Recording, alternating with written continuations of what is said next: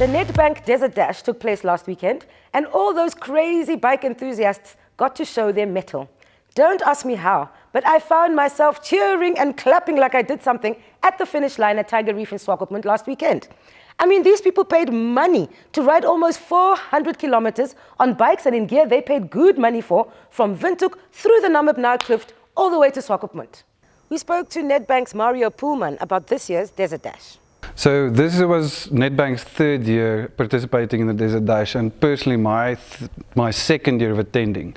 So I was there in 2015 when we first took over the Desert Dash. What happened back then was the initial organizer of the event decided it was a bit of a hassle. He'd been doing it for over 10 years. It was too much to do, so he decided he was handing in the towel. And the cycling community had this whole cry out, and they said, no, please, we can't let this go. And that's what I'll be explaining. Part of the beauty of the Desert Dash is that this is an event that would continue on its own regardless if a sponsor was involved. It has that type of energy to it. And we recognized that back in 2015, and we said we need to be involved in this. So back then it was big. And I was amazed. I missed out last year, and then when I returned this year, it was an enormous jump from 2015 to 2017.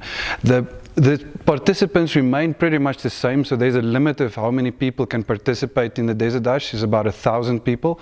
And the reason for that is the roads that we use to travel the Desert Dash have limited capacity. So there are obviously support vehicles driving along with the solo teams, the two-man teams and the four-man teams, and the roads become congested, and it creates a lot of dust, and that degrades the cycling experience. So what we said is there's a cap on the number of entries at 1,000, and if they sell out, so be it. And what happens every year because of that cap and the popularity of the event is every year the entries sell out quicker. So the four-man entries sold out in a matter of seconds this year. Last year was also a matter of seconds, but it was a bit more than this year. This year was about 20 seconds.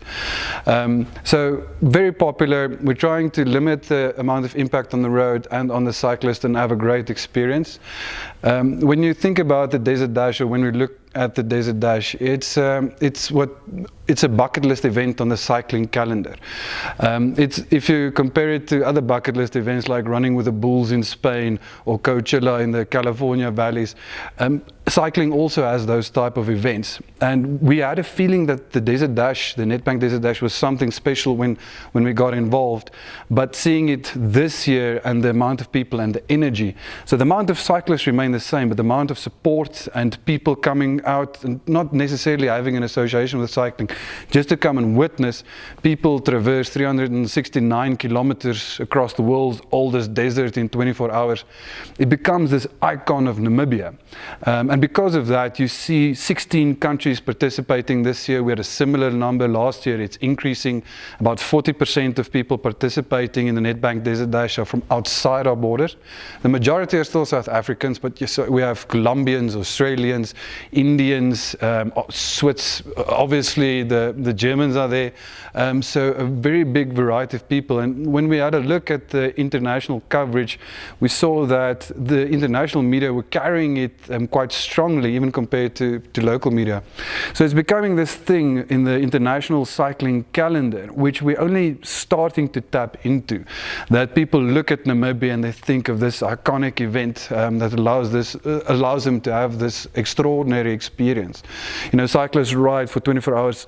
For lots of it, it's in the middle of the night through a desert, and only a spotlight to light the road.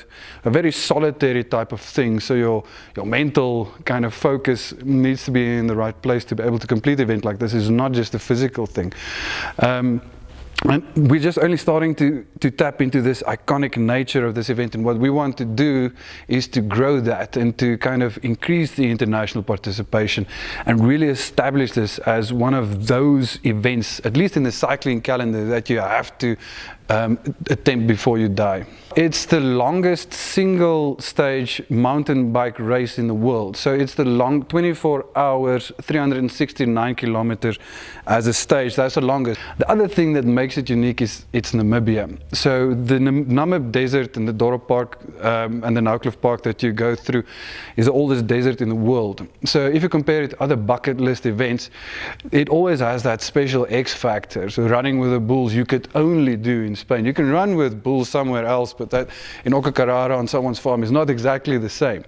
So one of the nicest stories that does stand out is the farm worker Johannes Hueka, who he didn't win the race. There were other solo winners and other two-man team winners and other four-man team winners, but there was a lucky draw at the end of the competition. And Indongo Toyota were kind enough to provide a Toyota Aygo to the value of 170,000 Namibian dollars, and he was lucky enough to be drawn as the winner. I'd never heard a tent full of people erupt so happily to see someone win a prize, because I think everybody was willing him to get that. And at the end of the day, it's a prize worth 170,000 Namibian dollars. So technically, he walks away with the biggest prize of everyone.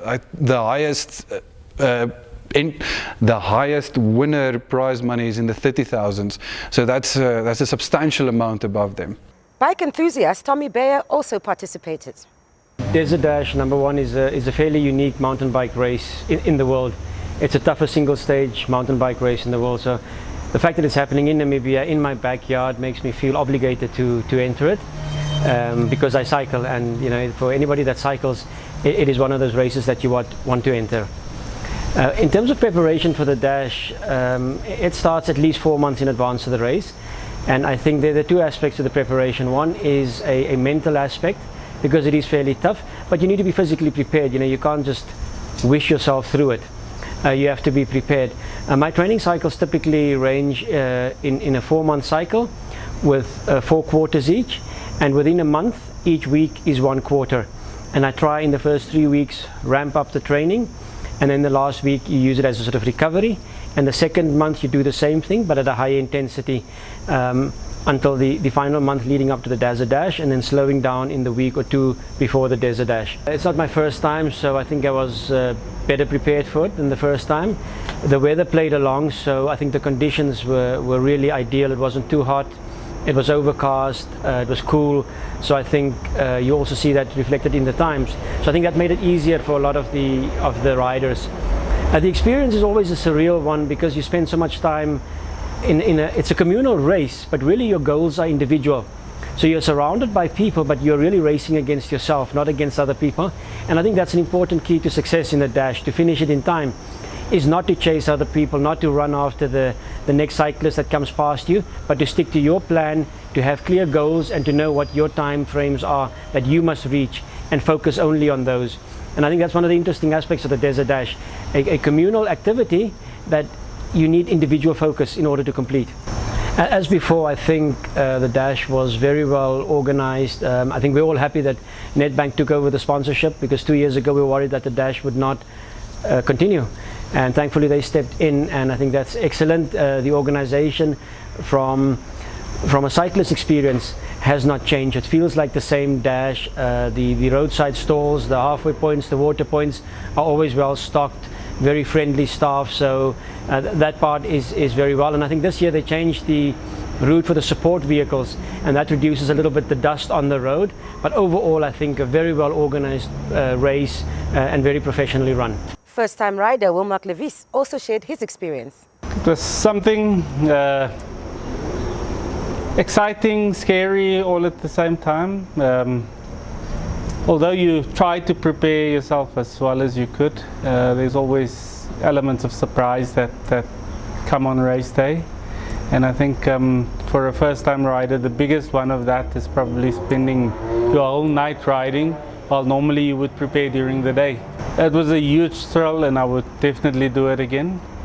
I think it gives you confidence, and it gives you shows you what your body is capable of doing, and how far you can push yourself.